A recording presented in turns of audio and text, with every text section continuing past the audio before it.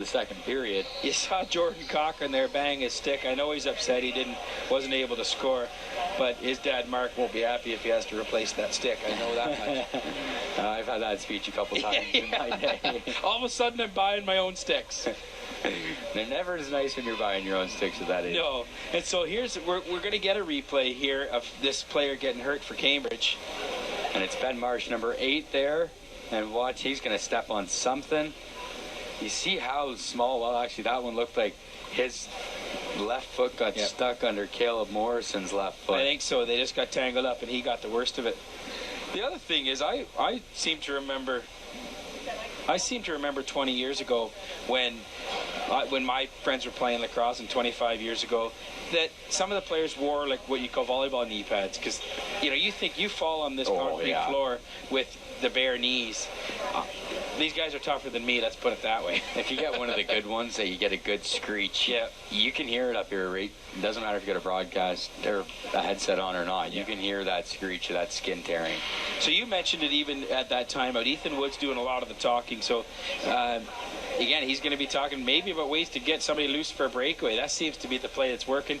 There's somebody leaking high, and their defensemen seem to be able to pass it up to them. And that's really, that last shift was the first time we kind of saw Caleb Morrison involved in the offense. So maybe that's a strategy for them as well. Yeah, and I mean, when you got a younger coach like this, because the games are always evolving, he's going to want to be doing the same things that maybe he's seeing with his own team, and you're going to see some of the smart. You're going to figure out who are the smarter, higher IQ lacrosse players on your team are. Who are going to figure these things out faster than others. And it looks like Carter Moran's just picked up on some things that maybe Ethan's trying to show him faster than some of his teammates. And you're right, John. As a coach, they have to be able to rely on a bit of instinct from their players. You can coach so much of this game, but in some instances, the players just have to work it out for themselves. And this isn't a good start because Owen Sound's got 6 on the floor. Yeah, you can see Tyson Morrison figures that, I guess I'm not supposed to be out here. Or no, it's actually Merrifield that's not supposed to be out there. So, and it is Cambridge ball off the faceoff. And it's going to start with Tyler Rowan. And he's going to move it down to Trent. Nick Trent with the opening goal in this game, and he's going to move it across. Lankowski, Owen, Trent. Lankowski, Owen, Trent. How many times have we heard that tonight? And back to Trent. It's blocked by Stewart. Oh, he's almost off to the races, but a good stick by Trent to keep it alive. He goes down in the corner. One thing we always see for Cambridge, one of the players involved is always moving, either the passer or the guy receiving the pass. One of them is always moving and creating different angles and things of that nature. So Owen Sound's got to learn from them and get people activated and moving. As fans can understand, if you're moving, you're harder to cover, that's for sure. Yeah, there's been no standstill to standstill passing for Cambridge all night. It's been at least one of them's been moving, if not both of them, opposite ways in the box. So you see Merrifield turn back and set up the offense. He's got 5 seconds left on the clock and not pushing the ball at all. Yeah.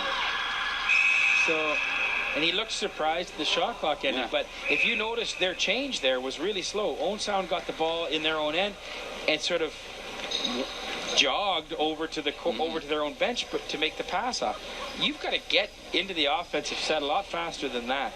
And that's the thing I find more and more lacrosse has changed over the last few years is they want to move it up slower, and you leave yourself with less time. You got to hustle. So let's see what Merrifield's strategy is here. And it's going to be a full court bounce pass, but it almost gets through. Yeah, and it shouldn't, right? He's passing it into double coverage there. Maybe that play works, but if it does, it's an accident.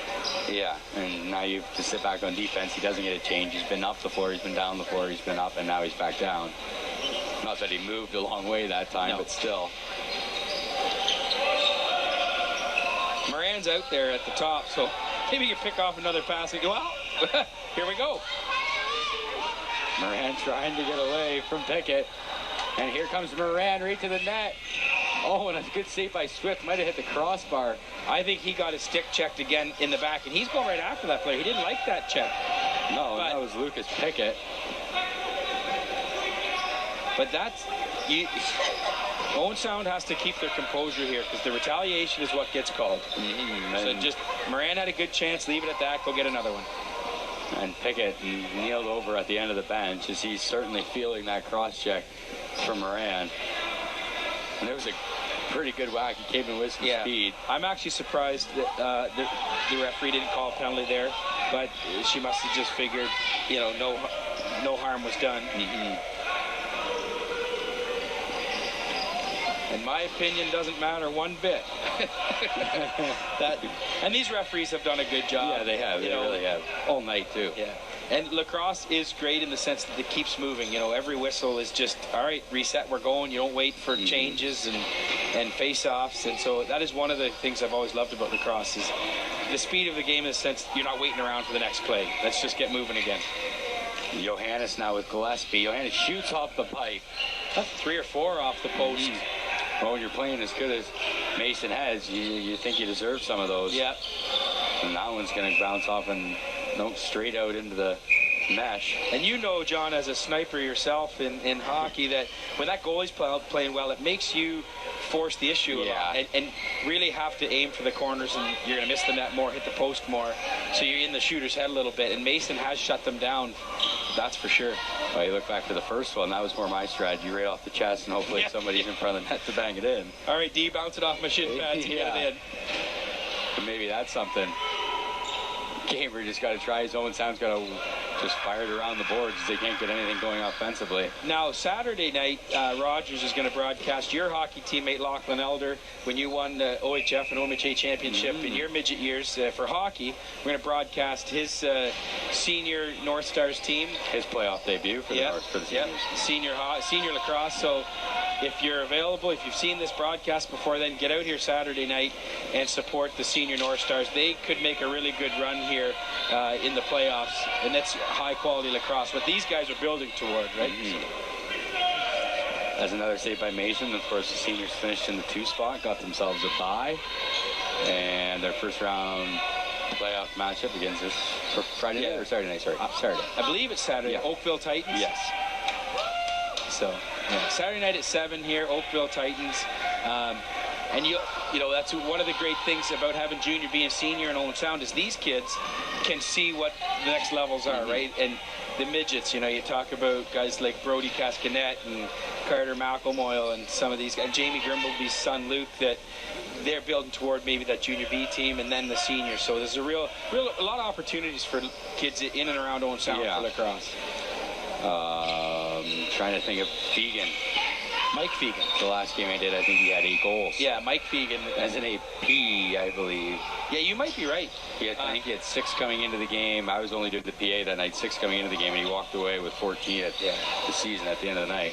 And was that against Kitchener then for that? I believe so. So that'd be maybe the junior B. The juniors, Yeah, so Mike Fegan is, I think, a Port Elgin guy. So, again, we talk about the regional nature of lacrosse in Owen Sound. So here we go. Owen Sound's got a move toward the net. He scores. All right. So we'll talk about the goal in a minute. And Lucas Murner there, something set him off. Sorry, Spencer Maddock. I was thinking 7 was Murner. We didn't even get a chance to talk about the goal. Spencer Maddock starts ripping helmets off. And it was a really pretty goal. Sure was. It was a bit of a loose ball picked up, but the way it finished was very nice before Bennett Isley and Spencer Maddock got into it. Yeah, and, we don't need to spend much time on that. Let's talk about that goal. I just said it Owen Sound, it's kind of dribbling into the middle, but they're getting it to the middle. And then Jordan Cochran, no miss. So we're going to get a replay here from Mark Perry down in the booth. And here's the pass in. It was intended for Molly McLaurin, and it missed her. And look at Cochran pick that up over the shoulder and rifles it into the net. And Molly McLaurin, the first one, over to congratulate him after the ball skipped by her and got right onto his stick. And you know what? So she'll be going down for an assist on that one. Absolutely. And Jordan Cochran making a name for himself in lacrosse, and of course his dad played National Lacrosse League for a number of years, so he gets that pedigree pretty honestly.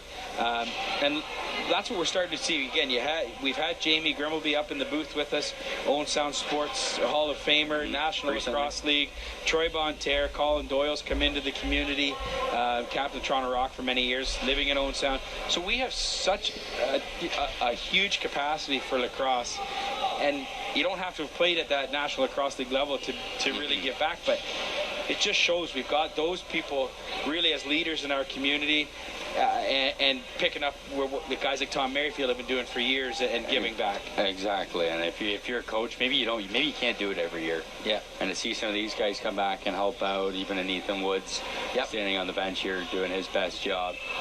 It takes a lot of pressure off the guys who do it year in and year out and have for 10, 12, 15 years plus. But I can guarantee you Mark Cochran and Jordan out in the driveway practicing that. As Elijah Edwards steps in, and it's back to Nick Trent as Cambridge wants to make this a 3-goal lead again, as Owen Sound has the last 2 goals, and it's Trent to Owen. Lots of time left here, John, so... There's Edwards. He gets boxed out by Morrison and knocked down. And that's the type of defensive setup you needed for Owen Sound, as we're to 4-on-4 now, of course, with the scuffle after the Cochrane goal. We have coincidental minors.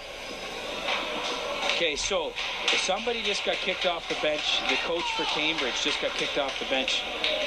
And so I think he wanted a cross-check call on Morrison maybe going high. I was going to comment how Morrison and Merrifield got to be careful because they are taller than lots of the players, so they have to keep their cross-checks low.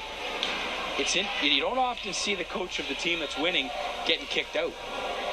Yeah, so even though it's not Morrison's fault that Elijah Edwards gives up a foot to him, he still is responsible for making sure he keeps his stick below his chest or his shoulders. And I didn't see anything there worth getting kicked out about. Could he say something to the ref? I think yes. But, maybe this has been brewing for